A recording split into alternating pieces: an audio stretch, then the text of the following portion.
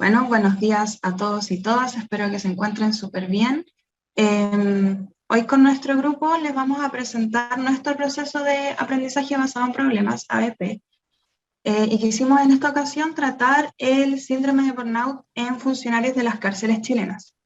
Como introducción a este problema, primero es necesario entender que la delincuencia es una problemática social que se sigue posicionando como una de las aristas más importantes a trabajar en la agenda pública nacional. Este problema ha sido transversal a todos los gobiernos y sus propuestas, y si ahora analizamos esta situación desde el sistema penitenciario chileno, vamos a ver que es grave y se caracteriza por el escaso número de funcionarios que trabajan allí, la falta de infraestructura, la inadecuada penalización de los delitos, la sobrepoblación, etc. ¿Por qué decimos esto? Porque esta es la realidad que día a día enfrenta el gendarme chileno. Es aquí donde nosotros podemos pararnos a preguntar y decir, ¿cuál es el efecto que causa el estar sumido en este contexto tan complejo? Para hacer un acercamiento a lo anterior, tenemos los siguientes datos relevantes, como por mencionar algunos. Desde el 2009, los suicidios de gendarme dentro de los centros penitenciarios ascienden a 24, y el año 2013, 4 gendarmes decidieron acabar con su vida por distintas razones. Con apenas solo 2 datos que tomamos de un universo mucho más grande claramente, podemos dar inicio a un extenso debate sobre lo importante y urgente que es cuidar la salud mental de esta población tan ignorada e invisibilizada, como también ver la existencia y prevalencia del síndrome de burnout en los mismos. Es este último tema el que vamos a tratar como problema principal en el presente informe y conversatorio. ¿Ya? Justamente nuestra situación problema es síndrome de burnout en funcionarios de las cárceles chilenas. El síndrome de burnout, que también se llama síndrome de quemarse en el trabajo, Maslach y Jackson lo define como el proceso tridimensional, en donde se da la presencia simultánea de 3 cosas: altos niveles de agotamiento emocional, la despersonalización y la dificultad para el logro o la realización personal. Este se clasifica como un síndrome clínico laboral y se desarrolla en personas que trabajan con otras personas. En este caso, funcionarios penitenciarios que trabajan con reos. El cual, bueno, este síndrome es una respuesta o una manifestación al estrés laboral crónico, en donde el sujeto, luego de implementar muchas herramientas y estrategias, ha obtenido un resultado que no ha sido fructífero, y esto lleva a una sensación de bajo rendimiento. Lleva también a una baja realización personal, abandono del puesto de trabajo, mala calidad de servicio entregado, etc. Es importante que hagamos una precisión y que los diferenciemos del estrés general. Es muy fácil confundir estos conceptos. Entonces, tenemos que, por un lado, el estrés general es un proceso psicológico. Más bien es una reacción natural del organismo que tiene efectos tanto positivos como negativos que se pueden dar en diversos ámbitos de la vida. A diferencia del síndrome de burnout, que es solo relativo a los efectos negativos para el sujeto y su entorno y es casi exclusivamente laboral. A partir de esto se puede ir tomando en cuenta sus expresiones, por ejemplo, de la profe Erika, de la profe María José, de que muchas veces no pueden saber a ciencia cierta la diferencia de estos dos, o quizás nunca habían escuchado de este síndrome. Entonces, la falta de información que existe al respecto, deriva en una invisibilización de la problemática, una escasez de profesionales dispuestos a intervenir y en bajas inversiones en programas para combatir el estrés laboral, combatir el síndrome de burnout, o también para realizar investigaciones que evidencien los factores de riesgo. Es por esto que como grupo es indispensable para nosotros comenzar a generar espacios de diálogo para tratar este asunto. Por esto les voy a dejar con la primera fase de este proceso. Bien, el estado del arte. Primero comenzaremos con los antecedentes históricos, pero la verdad es que como vamos a mencionar más adelante, hay una falta de programas o políticas públicas de salud mental dirigidas específicamente a los funcionarios de gendarmería. Y es por esto que en esta ocasión los antecedentes históricos los vamos a abordar desde una perspectiva mucho más amplia y vamos a tratar 2 cosas. Primero, el Programa Nacional de Salud Mental y su aplicación en APS, y luego la Asociación Chilena de Psicología Jurídica y Forense. Dentro del Programa Nacional de Salud Mental podemos describir un poco su historia. El primer programa se creó en 1966 y en este se conceptualizó formalmente la idea de un servicio de salud mental comunitario que tuviese presencia en APS. Este nunca fue implementado, pero sí representó un hito histórico porque planteaba estrategias para poder enfrentar la alta prevalencia de enfermedades mentales que se observó en estudios epidemiológicos de la época. Luego de esto hubo más iniciativas como el programa piloto de psiquiatría, que desarrollaron universidades en 1968. Sin embargo, con la llegada de la dictadura militar en el 73, se clausuraron todas estas iniciativas respecto a salud mental en políticas públicas. Y los únicos que sobrevivieron fueron los servicios de psiquiatría en hospitales generales, el tratamiento de alcoholismo en APS y la disponibilidad de medicamentos psicotrópicos para el tratamiento de estas enfermedades. Mucho tiempo después, con el retorno a la democracia, en 1990, se inició el proceso de una reforma sanitaria y se le dio más énfasis a aspectos psicológicos y sociales. En 1993 se promulgan oficialmente la primera política y plan nacional de salud mental por el Ministro de Salud, y este plan incluyó la salud mental en APS como una de 6 prioridades. Muchos profesionales, como médicos generales, enfermeras y asistentes sociales, fueron capacitados para poder atender estos problemas de salud mental, como trastornos emocionales y violencia doméstica. En el 99 se formuló un nuevo plan nacional, el segundo plan nacional, y solo 3 aspectos han sido clasificados como relevantes: la depresión, la esquizofrenia y el abuso de dependencia de alcohol y drogas. Y estos 3 son los que han recibido apoyo político y financiamiento suficientes como para lograr tener servicios disponibles y accesibles a lo largo de todo Chile.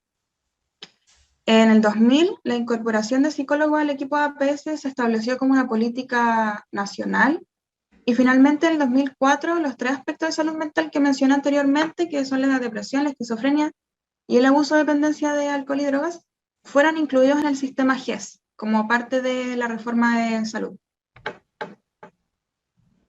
Siguiente, por favor. Luego tenemos a la Asociación Chilena de Psicología Jurídica y Forense, que se constituye en el 2003 por requerimiento de la Comisión de Constitución, Legislación y Justicia del Senado. Y dentro de esta se encuentra la Comisión de Psicología Penitenciaria. La función principal del psicólogo que trabaja en los centros de reclusión es la evaluación y el tratamiento psicológico de los internos. Sus tareas van desde la orientación laboral hasta la psicología del deporte y salud, elaboran informes periciales, actuando como psicólogos jurídicos, atienden a las psicopatologías de reos, actuando como psicólogos clínicos, e incluso a veces llegan a ayudar a los reos con sus tareas, actuando como psicólogos educacionales. Sin embargo, a pesar de que efectivamente existe un órgano encargado de atender las necesidades psicológicas dentro de las prisiones chilenas, este solo se centra en personas privadas de libertad, en los reclusos, acompañando a los gendarmes en su labor de reinserción laboral para con la población penal, pero se terminan por ignorar las condiciones en las que están envueltos los funcionarios en particular, dejando a la deriva sin asistencia, herramientas o educación alguna en salud mental. Se procederá entonces a revisar los determinantes sociales involucrados en este problema. Primero encontramos determinantes sociales individuales, como lo son la edad, que es un factor que guarda relación con la experiencia del funcionario penitenciario para manejar situaciones que conllevan un desgaste emocional mayor a que el que por falta de experiencia no se está acostumbrado, así como también con el pasar de los años, a medida que el funcionario va ganando experiencia y va envejeciendo, este empieza a manifestar desgaste emocional debido a la sobrecarga laboral. También encontramos el género, que si bien que por naturaleza arriesgada y peligrosa el trabajo en prisión, las mujeres tienen una tendencia mayor a sufrir estrés. Sin embargo, estudios recientes indican que no existen diferencias significativas respecto al estrés entre funcionarios hombres y mujeres. También encontramos el nivel educacional, donde se dice que para postular a la planta número 2 de suboficiales y gendarmes se necesita contar como mínimo segundo año de educación media aprobado. Muchos de los funcionarios con el paso del tiempo deciden completar su estudio de educación media. Esto trae consigo la posibilidad de ir ascendiendo de grado, que por otro lado tenemos que, si no se cuenta con el ciclo completo de estudios de enseñanza media, este ítem pasa a ser un obstáculo en el desarrollo de la carrera de los gendarmes, lo que implicaría una menor remuneración. También encontramos determinantes sociales, las condiciones de vida y de trabajo. Aquí encontramos el ambiente laboral, donde existe una alta peligrosidad en las cárceles, donde los ataques, la toma de rehenes, los motines, asesinatos y suicidios de los reclusos son fuentes de mayor estrés, no solo durante los episodios, sino también después, cuando se intensifica la ansiedad a través de las recriminaciones, culpa e inseguridad en el trabajo. También se presenta una gran inseguridad en la interacción con los reclusos, donde existen constantes demandas y manipulaciones, Y también dentro del ambiente laboral se ha presentado una falla en la organización, donde la falta de personal genera una falta de tiempo para completar las tareas requeridas, hay una percepción de probable violencia de los reclusos, y también hay una imposibilidad de responder ante crisis o emergencias familiares, lo que ha llevado a tener que cumplir con horas extraordinarias y trabajo excesivo. También la organización de trabajo por turnos propicia estragos en su vida familiar y debilita su desempeño laboral debido a la fatiga e irritabilidad. A lo mencionado también anteriormente se le suman los bajos salarios, siendo esto un ítem también muy importante, donde también se ha concluido que este trabajo penitenciario es mal remunerado en relación a la exigencia que se presenta. También se presentan los estilos de vida, donde hay una falta de tiempo debido a la sobrecarga laboral, lo que conlleva a no tener espacios de recreación personal. También tenemos el conflicto laboral familiar, donde que ocurre cuando el terreno del trabajo y de las familias son incompatibles entre sí. Tiene lugar muy frecuentemente en los oficiales penitenciarios cuando son cambiados de unidad penal a una zona o región distinta a la que radica su familia de origen. Cuando los funcionarios son solteros, pierden el apoyo familiar, y si son casados, conviven en pareja. El traslado resulta no solo estresante para ellos, sino también para sus familias. También el ascender de grado es un factor, ya que hasta el año 2019 el subir de grado dentro de la carrera de gendarmería presentaba muchas dificultades para los gendarmes, siendo incluso imposible en algunos casos. Sin embargo, desde la actualización de la ley número 21.209, el proceso se agilizó considerablemente. También encontramos factores sociales, como la necesidad de ser un profesional de prestigio a toda costa para tener una alta consideración social y familiar, así un alto estatus económico. Sumándose a ello, existe un escaso reconocimiento social, el cual es un factor externo a la institución, donde el oficial penitenciario rara vez es reconocido por sus esfuerzos diarios para disminuir la tensión entre convictos violentos, favorecer la reinserción social o proteger a la ciudadanía de los reclusos. Varios estudios indican que los trabajadores penitenciarios resisten la falta de reconocimiento social por su trabajo, generando la sensación entre ellos de que no se reconoce ni se valora su labor, e incluso en la mayor parte de situaciones estos se han sentido aislados por la sociedad. También tenemos los factores ambientales, donde hay cambios significativos en la vida, como muertes familiares, matrimonio, divorcio y nacimientos de hijos. Y por último tenemos los servicios de atención en salud, donde los gendarmes no poseen un adecuado y oportuno acceso a la asistencia específicamente de salud mental. Esto debido a la falta de políticas públicas respecto a la atención de salud mental a nivel nacional, como también a la baja dotación de profesionales capacitados encargados específicamente en brindar ayuda en el ámbito psicológico de los gendarmes. Bien, para introducir los antecedentes epidemiológicos, vale mencionar, como dijo mi compañera Constanza, que el síndrome de Burnout queda definido como un estado de fatiga o frustración en un funcionario.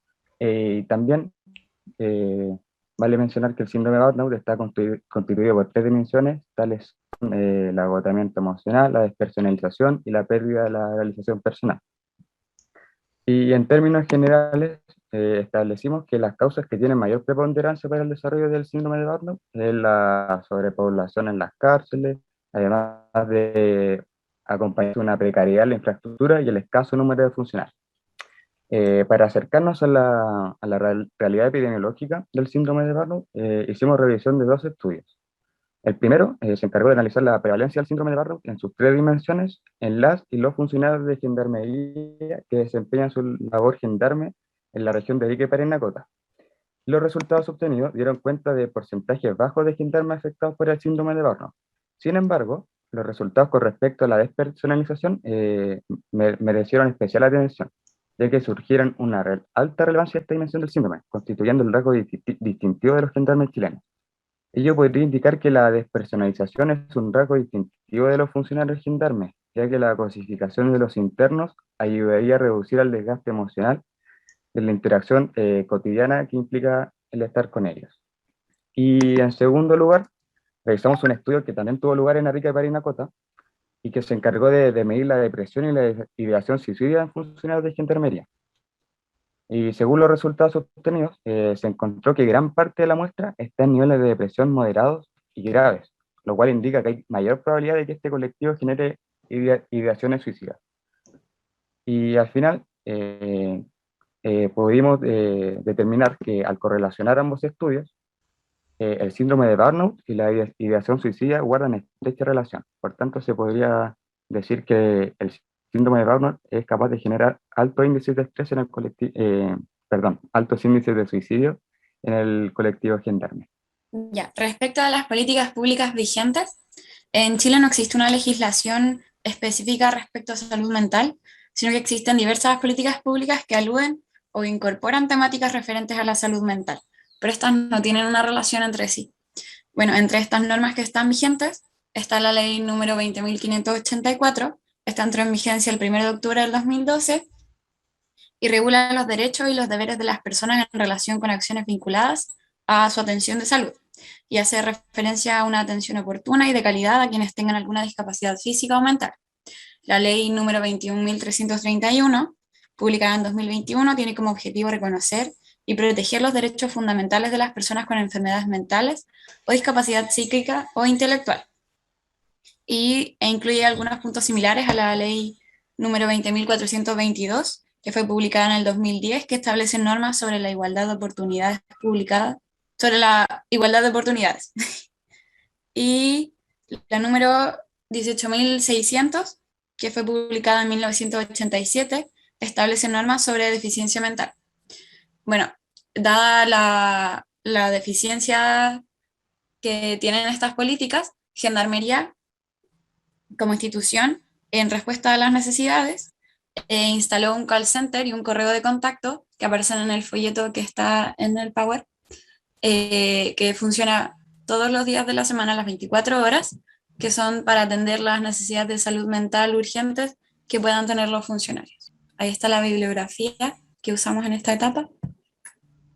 Y ahora comenzamos la segunda fase. Ay, perdón, no tenía el... Ya.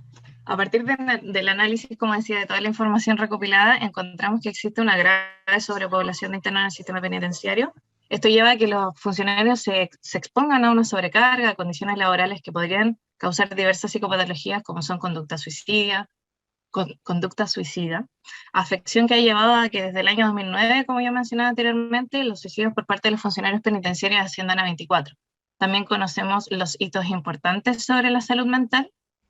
Conocemos los determinantes sociales, que los podemos ir dividiendo en distintos estructurales, internos, o sea, estructurales, intermedios y proximales. También tenemos los antecedentes epidemiológicos, conocemos lo que es el síndrome de Burnout, las dimensiones que lo definen, los factores que lo gatillan. También sabemos la situación del síndrome de Burnout en un complejo de la región de Arica y Parinacota, Talca y Puente Alto, que es la despersonalización. Y por último, se pudo determinar también la relación que guarda con la satisfacción laboral y las preocupantes consecuencias que puede llegar a generar.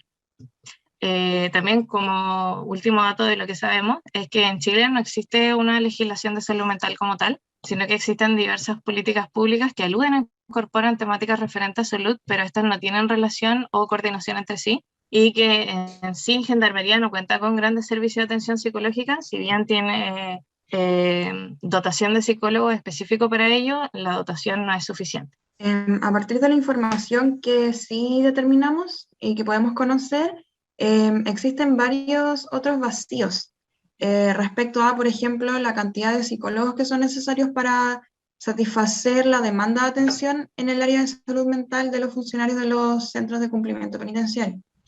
También reconocemos la falta de investigaciones sobre el género como factor en los determinantes sociales de esta problemática. Y si es que las hay, estos no tienen, digamos, la profundidad necesaria para poder afirmar si este es un factor de riesgo para específicamente desarrollar síndrome de burnout o no. También reconocimos el índice de prevalencia del estrés laboral crónico y síndrome de burnout en funcionarios de prisiones a nivel nacional. No hay mucha información sobre eso. Y por último, el impacto de las políticas públicas en la incidencia y prevalencia del síndrome de burnout en funcionarios de las cárceles de Chile. Y es por esto que... Siguiente, por favor. No, eso. Nosotros formulamos la siguiente pregunta de conocimiento. ¿Cuál es el índice de prevalencia del síndrome de burnout en gendarmes a nivel nacional? Objetivo de aprendizaje. Para esto nos propusimos indagar respecto al índice de prevalencia del síndrome de burnout en gendarmes a nivel nacional. Y dentro de las acciones propuestas, nos hicimos la pregunta de qué necesitamos saber, qué es el síndrome de burnout, cuántas cárceles hay a nivel nacional, cuántos gendarmes hay, una búsqueda activa de estudios respecto a la prevalencia del síndrome de burnout en gendarmes a nivel nacional, y por último, un análisis de los datos encontrados. Ahora pasamos a la tercera fase. Bueno, en respuesta a la pregunta de conocimiento, encontramos que el síndrome de burnout es un proceso tridimensional en el que se da la presencia simultánea de altos niveles de agotamiento emocional, de despersonalización y dificultad para el logro y realización personal. Este síndrome es, este es el síndrome estudiado a nivel nacional durante este proceso. Encontramos que en Chile existen 88 cárceles en las que trabajan 14.429 gendarmes, y como resultado de la realización de las acciones propuestas, obtuvimos que los índices de prevalencia de 3 centros penitenciarios distintos, entre estos uno de Talca, que de una muestra de 45 gendarmes, 5 presentaron el síndrome, dando una prevalencia de 11,1%. Otro de los centros está ubicado en Arica y Parinacota, que de una muestra de 290 funcionarios, 11 presentaron el síndrome, con un 3,8%, y en Puente Alto, de una muestra de 44, 33 presentaron el síndrome, dando una prevalencia de 75%. Y bueno, con estos datos pudimos obtener una prevalencia de una muestra de 379, que 49 gendarmes presentaban el síndrome.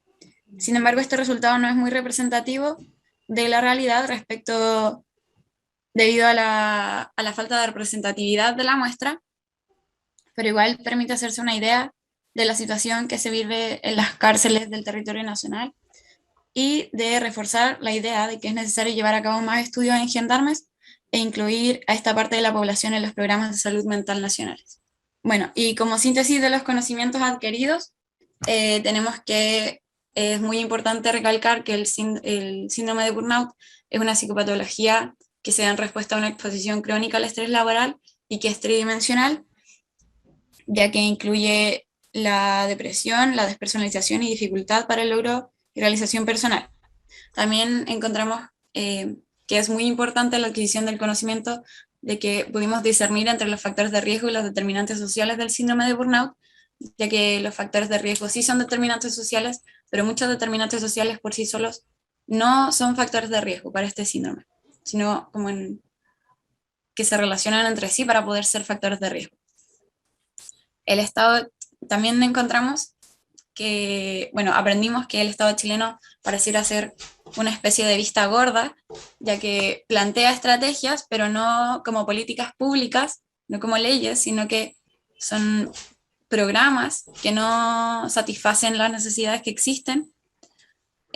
También adquirimos como conocimiento que es muy importante impulsar los estudios en esta área, y que las consecuencias más preocupantes de este síndrome tienen relación directa con la depresión y la ideación suicida.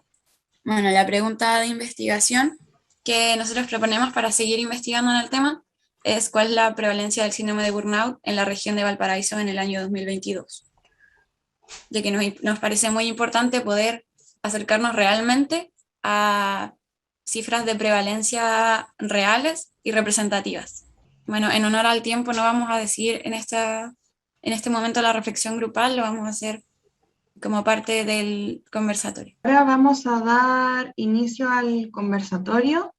La verdad es que como grupo determinamos que este es un problema que abarca muchas aristas, así que no vamos a poner tantos límites, digamos, en los temas que se pueden tratar. El foco obviamente va a ser salud mental en los gendarmes, políticas públicas, pero en realidad se pueden tomar de varias perspectivas. Nosotros al trabajarlo nos surgió esa problemática, así que todo en realidad es bienvenido. Lo importante sí siempre es mantener el respeto, obviamente, levantar la mano, y yo les voy a ir dando el pase para que cada uno pueda decir su opinión o un aporte. Bueno, no sé si alguien quiere hablar primero o si quieren escuchar nuestra reflexión grupal. Bueno, entonces voy a pasar a la reflexión primero. Sofi, la profe Erika parece que levanta la mano. Tienes toda la razón, me acaba de aparecer. Profe Erika, adelante. Pero no sé, si les complica, prefieren primero hablar grupalmente y hablo después, como ustedes No. se sientan más cómodos. No hay ningún problema, usted... Dale nomás. Ok, bueno, primero que nada, felicitaciones por el trabajo. Y siempre pensando en las oportunidades de mejora que podemos ir detectando. Es súper importante cuando uno revisa o se focaliza en el estudio de cualquier repartición del Estado, conocer la misión y la visión de esa repartición, ¿sí? Por lo tanto, saber qué diablos es lo que realmente, para qué me contrataron a mí cuando era gendarme y cuál era mi misión. Uno podría ver 3 productos estratégicos que son importantes y necesarios que guían ese actuar, que tiene que ver con la vigilancia, con la atención y con la intervención psicosocial. Y me detengo en la última, porque es difícil, bueno, primero que nada, y no, quizás me puedo haber distraído en algún momento, pero no sé si hicieron distinciones, no todas las cárceles son iguales, y no en todas las cárceles hay apremio o mayor desgaste psicológico en los gendarmes. Los CET, los Centros de Estudio y Trabajo, son bastante más relajados, o sea, no creo que haya ningún estudio que no evidencie que ahí no es igual.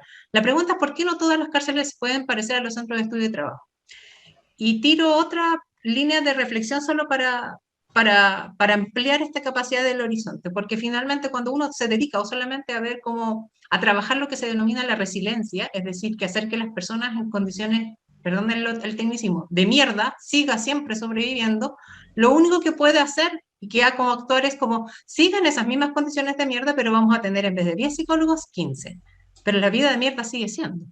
Entonces, en ese sentido, es súper importante mirar esto como una mirada sistémica. Yo he trabajado mucho tiempo en la cárcel y por eso lo digo y lo hablo con propiedad.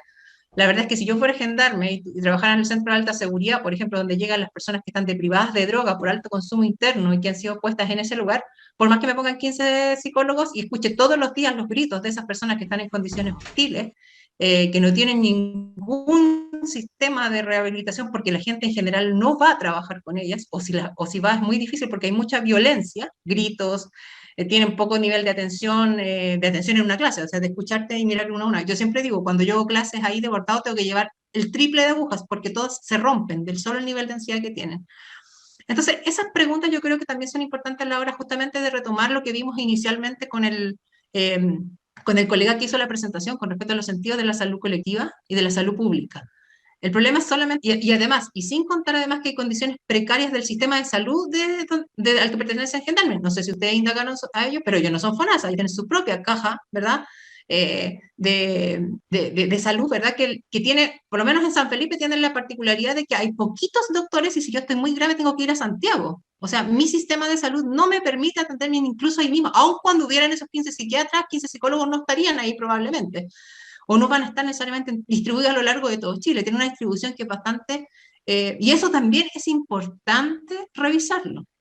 A la hora de emitir juicios con respecto a cómo queremos indagar y cómo queremos conocer bajo qué condiciones se dan estas particularidades de estos oficios extremos, por así decirlo, que son hijos de una desigualdad. Yo siempre he dicho, la desigualdad tiene cara y nombre y rostro en donde nada de las políticas públicas resultaron fue cuando alguien terminó en la cárcel. O sea, no hubo sistema de alerta temprana, la mayoría viene del Sename, no hubo política de drogas que funcionara, no hubo... O sea, ¿por qué existen las cárceles? ¿Y por qué existe este rol que está subscrito en un escenario en donde la única posibilidad de mejorar la calidad de vida de esas personas que van a vivir su vida presos, casi más presos de los que están presos, porque a veces tienen, entre comillas, duran más tiempo trabajando que las condenas de la gente que está ahí, pareciera razonable también cuestionarse sobre ese sistema. Yo no sé qué puede mejorar en salud mental, en gendarmería, si no mejora las condiciones de la cárcel.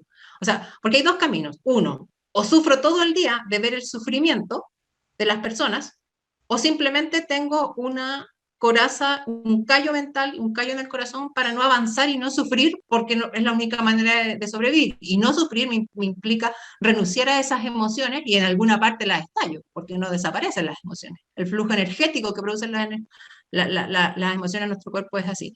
Entonces, solo para ampliar y entender que es el margen de valoración o el margen de indagación con respecto al basado en el problema, es saber bien también dónde pongo el problema. El problema no es la prevalencia del burnout. Eso no es un problema, eso es un dato, ¿sí? El problema es por qué se genera eso. Y porque hay gente porque uno siempre piensa que tiene como muchas vidas. Hay gente que todos tenemos una vida. Y esa vida, pasarla privada de libertad, porque un gendarme también está privado de libertad, está ahí, ¿verdad? Y es animal de Estado para vigilar, controlar, porque no capacita. Y tiene que ver también con el sentido de vida. Porque si en los productos estratégicos y no lo decimos nosotros, está el tener la capacidad de generar reinserción, debieran todos los gendarmes que tienen contacto con los privados de libertad tener eso que al menos daría la esperanza de que estoy haciendo algo en una realidad que no solamente me apabulla y no solo genera dolor, sino que genero frutos, y es muy escaso. La posibilidad de reinsertar o el recurso que tiene Gendarmería para que esos gendarmes puedan reinsertar, rehabilitar o generar mejores condiciones de convivencia también es muy bajo. Entonces, pongo eso solamente como telón de fondo para ver cómo las diferentes derivadas que podemos analizar al generar un aprendizaje basado en problemas. Eso es súper clave, ver dónde está el problema. Está en los datos, y además también es súper importante cuando ustedes dicen, no hay muchos datos, lo digo como aprendizaje, no para nosotros, porque aquí estamos para aprender, es modelar nuestro lenguaje para cuando lo hablamos con otro que nos va a evaluar para un trabajo. No hay muchos, ¿cuántos había? ¿Cuántos encontró? O encontramos pocos, es cosa distinta. Entonces mejor ni siquiera decir la frase, porque ¿para qué? Si en el fondo no sabemos el universo y sabemos si en realidad se iban a hacer, hay 16 universidades investigando esto y en realidad solo 5 han dado fruto a un estudio. Eso es decir una cifra con respecto a los estudios. Super, muchas gracias, profe. Yo quería decir eso que dijo de la previsión, me parece, que nosotros lo vimos en nuestro trabajo con el CCP el año pasado, en una de las entrevistas, que me parece que fue uno de los enfermeros gendarmes, que decía que efectivamente ellos tenían que ir a Santiago, porque ellos atendían en el DIPRECA, y que acá en San Felipe no había, entonces o tenían que venir a Valparaíso, o tenían que ir a Santiago, y eso obviamente significaba un gasto extra, que el viaje, que tampoco pueden pedir muchos días libres, entonces terminaban sí o sí teniendo que ir o particularmente a una consulta o ir a esperarse las miles de horas de atención no sé, pues a Losca, por ejemplo. Claro, porque en el fondo eso es súper importante, porque en el fondo digo, bueno, van a haber más, pero si sigue la misma, en el nivel de centralización de los lugares donde yo me puedo atender, y es en Santiago, probablemente no voy a ir, o es más difícil que vaya. O a Valparaíso. Piensen en lugares extremos, aquí es 2 horas, pero piensen en, no sé, en la barcaza de Puerto no sé cuánto para llegar a la isla de Chiloé. Son horas, no son 2 horas, 1 hora y media, que es lo que estamos en la región central acostumbrados a viajar. Entonces, todas esas también, esas cosas hay que verlas y también considerarlas. A ver, porque en el fondo, ¿esto para qué sirve? Para instalar una solución. Si la solución es sí, 15 psicólogos en Santiago y en ninguna otra parte de Chile, tampoco sirve. ¿Sí? Eso. Sí. Constanza. Yo levantando la mano en el... sí, lo que decía la profe Erika también me hace mucho sentido. Y más allá de la descentralización, de la baja dotación de psicólogos, también hay que ver la calidad que entrega el servicio al psicólogo. No porque sea malo el psicólogo, sino que también muchas veces tienen como que les dan herramientas que quizás no son necesarias para ellos o no son útiles. Con la Sofía ayer nos preguntábamos, ¿qué tipo de herramientas emocionales ellos pueden aplicar a largo plazo en el día a día frente a las adversidades que presenta su servicio, que en un momento les ayude a ellos a decir, sabes que yo me las puedo valer solo? No sé si entienden mi punto de decir, el psicólogo me está entregando una herramienta emocional para hacer frente, por ejemplo, al estrés que me produce hacer un allanamiento. Y no sé, él le dice, ya, respira 10 veces. ¿Qué tan sustentable, o sea, qué tan sostenible es realizar esa herramienta a largo plazo? Lo que decía la profe, ellos muchas veces pasan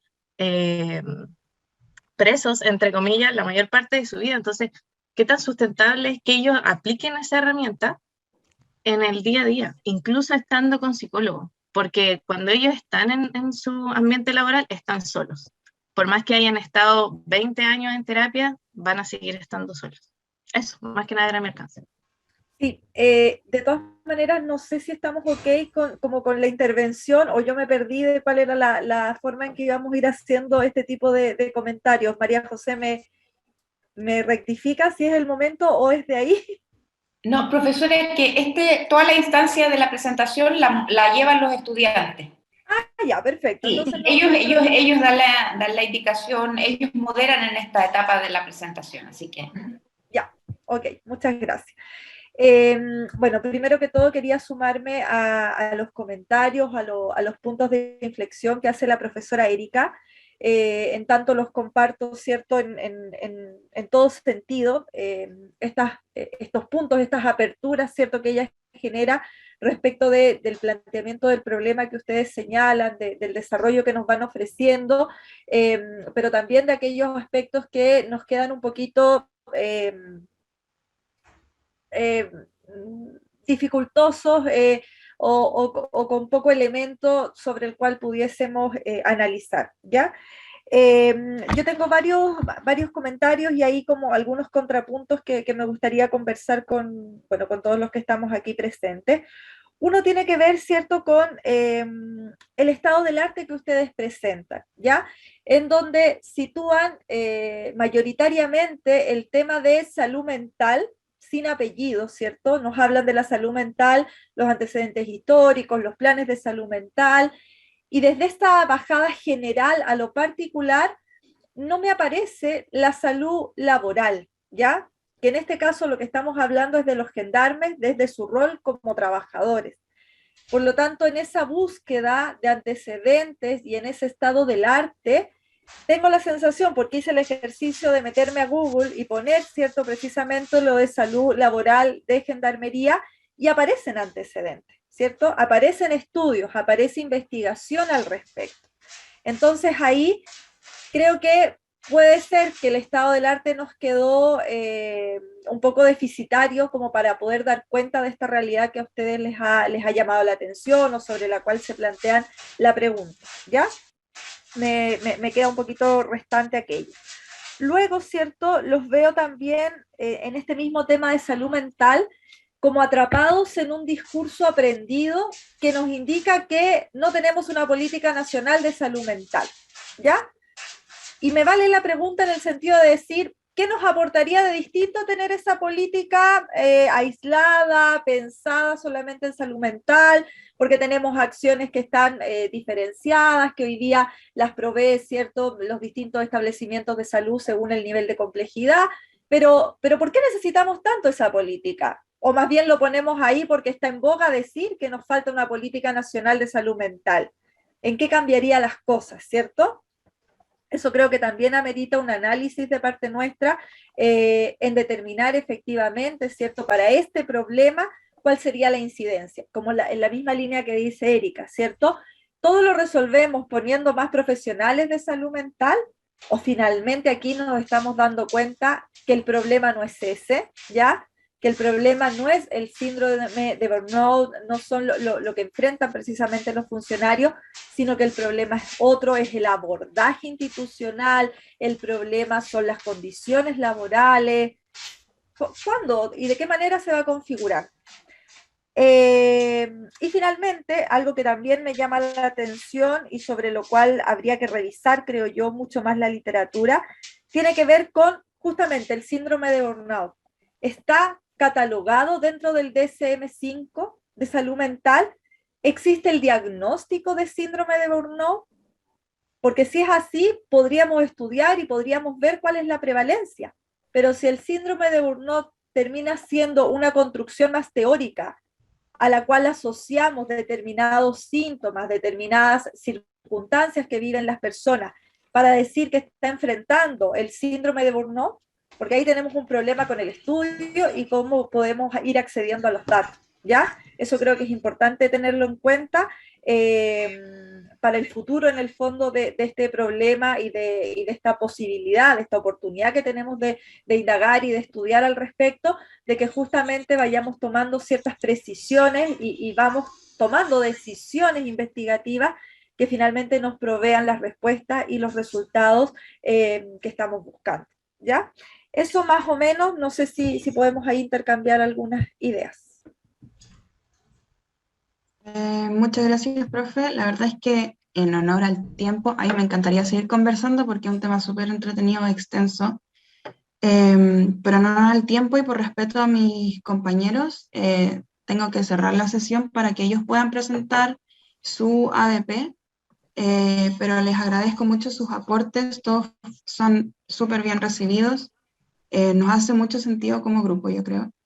Y eso, muchas gracias por escucharnos, por participar. Espero que les haya gustado. Gracias.